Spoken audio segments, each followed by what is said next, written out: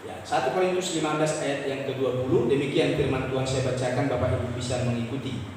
Tetapi yang benar ialah bahwa Kristus telah dibangkitkan dari antara orang mati sebagai yang sulung dari orang-orang yang telah meninggal. Puji Tuhan. Pesan ini sangat penting, saudara-saudara, kepada kita orang-orang yang percaya bahwa Yesus sudah bangkit dari antara orang mati. Ya, jangan pernah ragu. Yesus sudah bangkit dari kematian itu. Bahwa ada sebagian dari jemaat Korintus itu ragu soal kebangkitan itu. Dan saya berharap kepada kita, Bapak Ibu, jangan pernah ragu dengan kebangkitan Yesus. Jemaat Korintus ini, ada sebagian dari mereka meragukan soal kebangkitan. Ada apa enggak sih kebangkitan itu? Sesungguhnya tidak ada. Yang lain berkata, ya, kami percaya Yesus bangkit. Lihat ayatnya yang ke-12 itu, saudara-saudara. Bagaimana mungkin ada di antara kamu? Sebagian dari jemaat Korintus itu berkata, saudara-saudara, bahwa dikatakan di sana bahwa tidak ada kebangkitan orang mati. Bapak Ibu kekasih dalam Tuhan, saya ingatkan sekali lagi untuk lebih jelas bahwa jangan pernah ragu soal kebangkitan Yesus. Amin. Maka lebih jauh Paulus menyampaikan kepada jemaat ini, jika Kristus tidak dibangkitkan, sia-sialah kita percaya kepada Yesus Kristus. Ya, ayat 17 itu coba lihat, baca lagi ayat 17-nya. Dan jika Kristus tidak dibangkitkan, maka sia-sialah kepercayaan kamu. Dan jika Kristus tidak dibangkitkan, maka sia-sialah kepercayaan kamu. Terus, dan kamu masih hidup dalam dosa. Kamu masih berdosa dan hidup dalam dosa. Ya, kalau apa? Kristus tidak dibangkitkan, tidak ada artinya kita menjadi percaya kepada Yesus Kristus. Tidak ada artinya kita duduk di tempat ini untuk beribadah memuliakan Tuhan. Tapi karena Yesus sudah bangkit, maka itu berarti buat kita ada di tempat ini memuliakan Yesus yang hidup. Amin. Maka ada satu pujian bilang, sebab Yesus hidup. Ada hari Yesus. Kalau tidak bangkit, kita tidak mungkin bisa beribadah di tempat.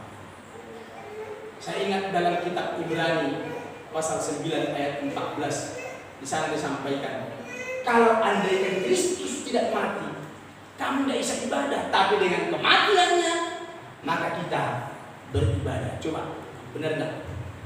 Ibrani pasalnya yang ke-9 ayat yang ke-14 ini. Betapa lebihnya darah Kristus. Betapa lebihnya darah Kristus, terus. Yang oleh Roh yang kekal telah mempersembahkan dirinya sendiri kepada Allah. Mempersembahkan dirinya sendiri kepada Allah, terus. Sebagai persembahan yang tak bercacat. Iya. Akan menyucikan hati nurani kita dari perbuatan-perbuatan yang sia-sia, supaya kita dapat beribadah kepada Allah. Supaya kita dapat beribadah. Nah, lewat kematian Yesus kita beribadah. Ya, Dia bukan saja mati tapi bangkit. Maka itulah artinya Bapak Ibu ada di tempat ini. Kita semua bisa beribadah kepada Tuhan. Kalau bukan penting kebangkitan, dan mungkin lainnya akan menjadi berita utama yang disampaikan oleh para rasul-rasul. Tapi rasul-rasul terus memberitakan soal kebangkitan. Coba kita lihat itu bagaimana Rasul Petrus berkhotbah memberitakan Injil. Isi berita yang disampaikan Rasul itu yaitu yang pertama Petrus dalam kisah Rasul 2 31-32. Karena itu ia telah melihat ke depan dan telah berbicara tentang kebangkitan Mesias. Ketika ia mengatakan bahwa dia tidak ditinggalkan di dalam dunia orang mati dan bahwa dagingnya tidak mengalami kebinasaan.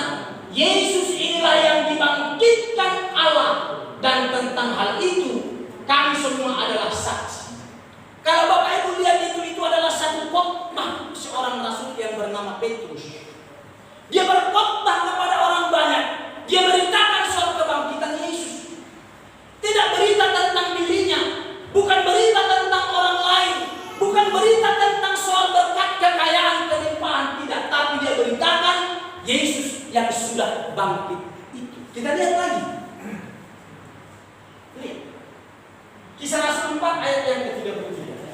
Ya, ini berita.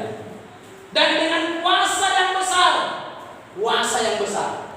rasul-rasul memberi kesaksian tentang kebangkitan Tuhan Yesus, dan mereka semua hidup dalam kasih karunia yang melimpah-limpah. Coba, berita yang disampaikan oleh Rasul Petrus ini adalah berita soal kebangkitan Yesus. Tidak pernah berbicara, lihat itu Alkitab, tidak pernah dibilang percaya kamu kepada Yesus, kamu hidup dengan segala gelimangan harta, kamu hidup dalam kelimpahan yang berlimpah-limpah. Tidak, beritanya Yesus yang bangkit. Amen. Beritanya Yesus yang bangkit, saudara-saudara. Maka kita jangan pernah terlena, tertidur dengan khotbah yang mengatakan kau akan diberkati kelimpahan. Ayo, Rasul Petrus berkhotbah soal berita kebangkitan Yesus, saudara-saudara. 1 Petrus pasal 1 ayat yang ketiga. Terpujilah Allah dan Bapa Tuhan kita Yesus Kristus. Dia ngomong begitu. Segala kemuliaan hanya bagi Bapa di sorga, Tuhan Yesus Kristus, yang karena rahmat-Nya yang besar telah melahirkan kita kembali. Kita dilahirkan kembali oleh kebangkitan Yesus, ya Kristus, dari antara orang mati kepada suatu hidup yang penuh pengharapan. Kau percaya kepada Yesus yang mati dan bangkit, itu kita beroleh pengharapan. Alkitab ngomong. Ini loh pesan-pesan yang disampaikan rasul-rasul ketika khotbah menyampaikan kebenaran. Kebenaran yang disampaikan bukan mimpi-mimpi indah, tidak. Maka kalau kita lihat akhir hidup mereka memang ngeri. Mati dirajam oleh Paulus. Paulus juga memberitakan hal yang sama. Ya. Di salah 17-18 saja ini. Sementara Paulus menantikan mereka di Athena, sangat sedih hatinya bahwa kota itu penuh dengan patung-patung berhala. Ketika Paulus ada di Athena, sedih karena melihat Athena penuh dengan patung berhala. Karena itu, karena melihat begitu, harus bercerita Paulus, tidak diam.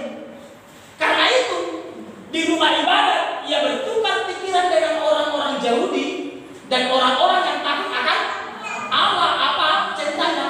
Dan di pasar, bukan hanya di tempat ibadah, di pasar setiap hari dengan orang-orang yang dijumpainya semua, karena dia tadi berhala-berhala di Athena itu, maka dia memaksa harus bercerita di bait Allah, bercerita di pasar, bercerita di mana-mana saja. Dikatakan begini. Dan juga beberapa ahli fikih dari golongan Epikorus dan Stoa bersoal jawab dengan dia. Dan ada yang berkata, apakah yang hendak dikatakan peleter ini? Tapi yang lain berkata, rupa-rupanya ia adalah pemberita ajaran dewa-dewa asli. Sebab ia memberitakan Injil tentang Yesus dan tentang kebangkitan. Tapi ia akan keliru ketika kita menjanjikan ada satu berkat kelimpahan kalau mengikuti Yesus. Ternyata diikuti setahun, 5 tahun, 10 tahun, tetap di rumah kontrakan. Rumah mana? Saudara-saudara, yang benar kita harus yakin Yesus mati, Yesus bangkit, menyelamatkan kita. Amin. Gitu saudara-saudara. Ya, itu yang dikatakan. Lewat lagi. Filipi 3:10 dikatakan begini.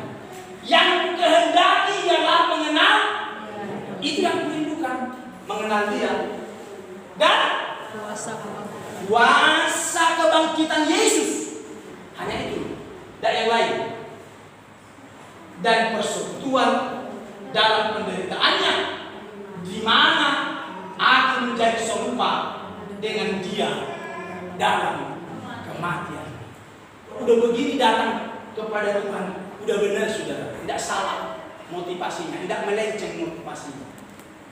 Tapi kalau aku tak ibadah deh supaya diberkati, wis melenceng, tidak kedaden, kecewa kau sama Tuhan. Paulus tadi bilang kepada jemaat Korintus, yang benar ialah bahwa Kristus telah dibangkitkan dari antara orang mati. Itu yang perlu kita ingat dan tanamkan kuat dalam hidup kita. Bukan soal kelimpahan. Saudara-saudara, bahwa Yesus telah bangkit dari antara orang mati. Saya akan tunjukkan kepada kita bukti-bukti Yesus sudah bangkit.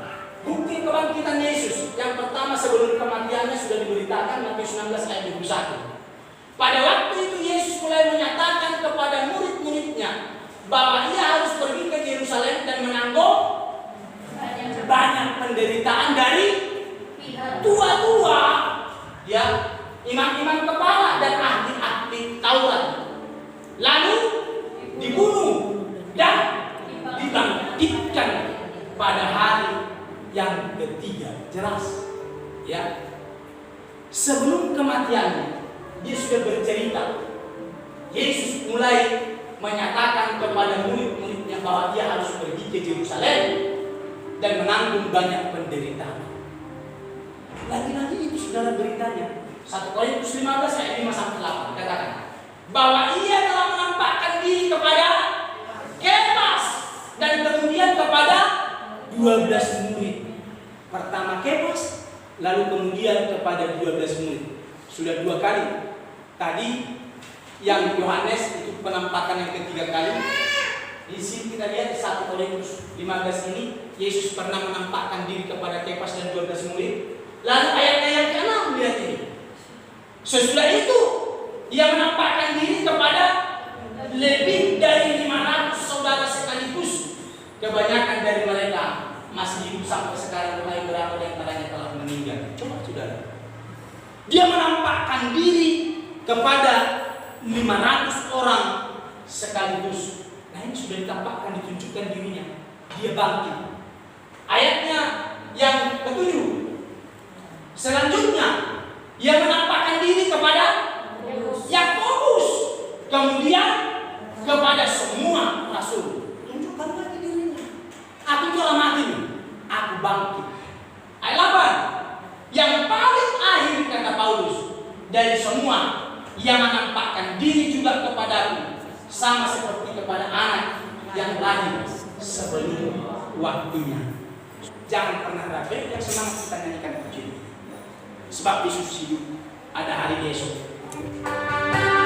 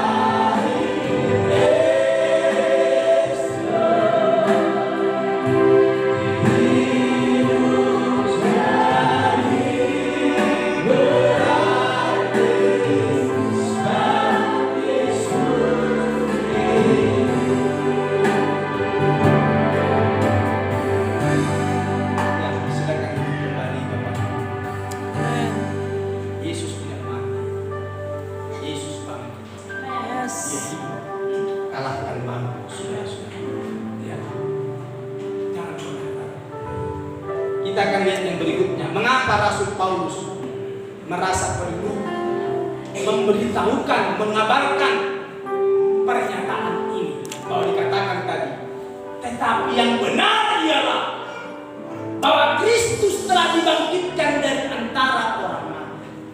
Apa pentingnya, apa perlunya Paulus harus memberitakan itu kepada jemaat yang ada di Korintus ini? Saudara, karena ada kelompok orang tertentu yang memberikan satu pengajaran bahwa Yesus itu mati selamanya dan tidak pernah bangkit. Dan pengajaran ini adalah pengajaran dari orang-orang Saduki sendiri. Yesus tidak bangkit dari kematian. Kisah Rasul 23:7-8. Ketika ia berkata demikian, timbullah perpecahan antara orang-orang Farisi dan orang-orang mereka sendiri loh. Para alim ulama ini bentrok pecah. Dan terbagi-bagilah orang banyak itu. Sebab orang Saduki mengatakan apa? Tidak ada kebangkitan. Tidak ada kebangkitan.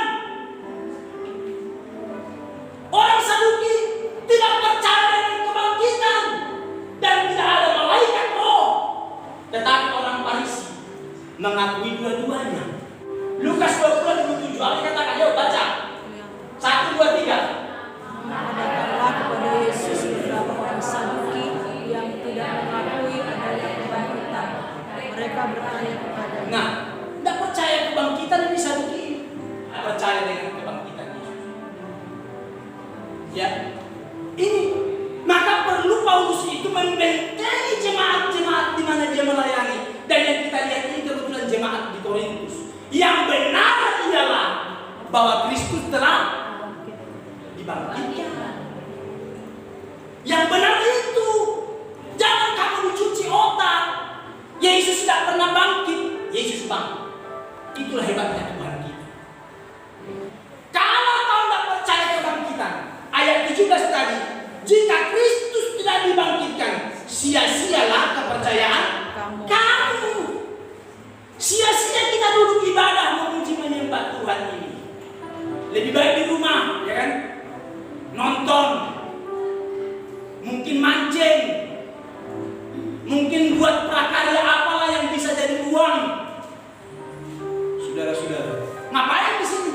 Malah kasih persembahan. Mana? Persembahan. Capek, kau rugi, tenagamu, waktumu habis.